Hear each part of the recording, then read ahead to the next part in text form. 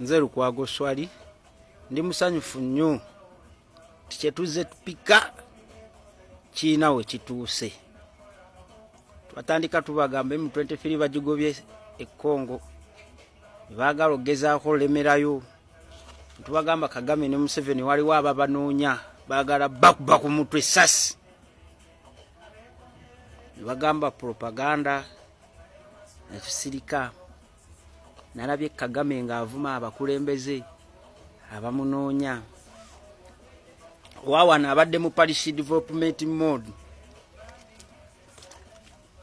Soke nfuna amaanyi mbyogere. Yes.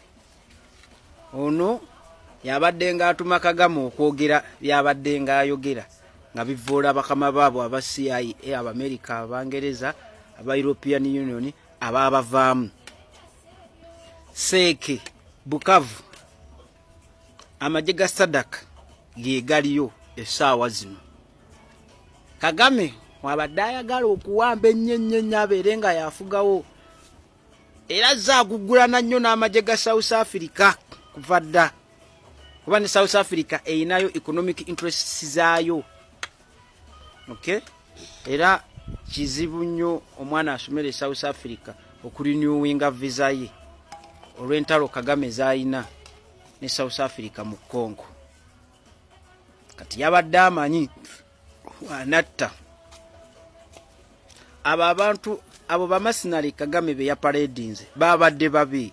Museveni ne Kagame balina bamasinali okuva mu Blackwater, simanyi executive biki balina bamasinali nabo. Era omulimu we gwabalemye okukola n'abakuŋŋaanya n'abatikka n'abazaabo si ba DRC. Tusobola kuŋŋamba nti gwe Kagame olina capacity ewamba a trained assassin ng'omulimu gwe gwakutta 280. Abo babadde babo. Kagame ne Museveni babadde bataddewo embeera wano mu region nti bo nga bo be bali menti okufuga.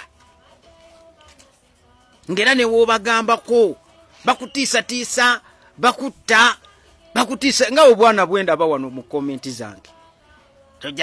Tujja kukima balembugozo eyo yembeera gye babadde bataddewo.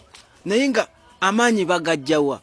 Amaanyi babadde bagajja mu Amerika nga be baba protectinga n'Abangereza, European Union ne UN nga ye bapika. Naye kati ekintu kyabaguddemu ensonga bazikwasizza South Africa, ensonga ya Museveni ne Kagame wano mu region agitule ku nfeeti. Bassa abasirikale ba South Africa nga 40 nga 40 babagambye 10 naye basenga 40. Kati ali awo. Ndabyeko minisita wa Rwanda ku BBC ng'agamba nti bo nga Rwanda omulimu gwabwe okuprotectinga Rwanda phone people wonna we babeera. That arrogance yegenda obbokubya. That superiority complex. Ffe tuli bakulembeze, tuli bamaanyi. America teyina mikwano. America teyina mikwano. Vula baba they hyped Bin Laden, they killed Bin Laden. They hyped Mobutu Sese Seko, they used Museveni and Kagame to host Mobutu Sese Seko out of power. They hyped Saddam Hussein, they killed, they hanged him. Museveni and Kagame are the verge of being killed anytime from now. Ng'ebibassa biva Congo. Sadaka yakamaze. Once diplomacy fails, buli wa M23 agenda kuyigibwa. Ebukavu batandise okurecruitinga vigilante groups ng'eya Wazalendo Ebukavu kuba okulwana we kugenda obba Urban warfare. Obuti babadde babirwana eyo na line ya Senke route Bukavu South Africa yeriyo kuba Kagame abadde ayagala wasigazeewo nga yafugawo. Banga lyonna zzenga alwana nga bamulemesa. South Africa tesobola mmukkiriza. Air Force ennyonyi zaayo zaatuuse dda. Troops zaatuuse dda. Wekagaana okugjayo amagye gaako Kagame ne buno obwa M23 bagenda bufeffetta ne bwe bunaddukira e Rwanda ne bwe bunaddukira e Uganda kuba order yakuvugiddwa. Reinforcement eri Mombasa na Djibouti. Abakategedde reinforcement nate eri awo Mombasa.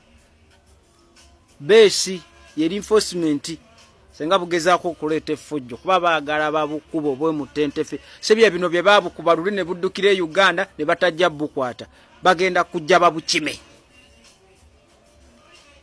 Kagame byasiba bikutuka yasoose n'avuma president wa Angola we yawulidde nti orders straight from America Ramaphosa awundula amagye agenda afufutta ze Kagame gwe baagala osookerako naye nga tageti yaabwe ya Museveni. Tageti ya Museveni. Saasira agamba nti Kagame alina military might. Buno bubadde bukola mercenary role on behalf of USA, UK, East European Union. Just a mercenary role.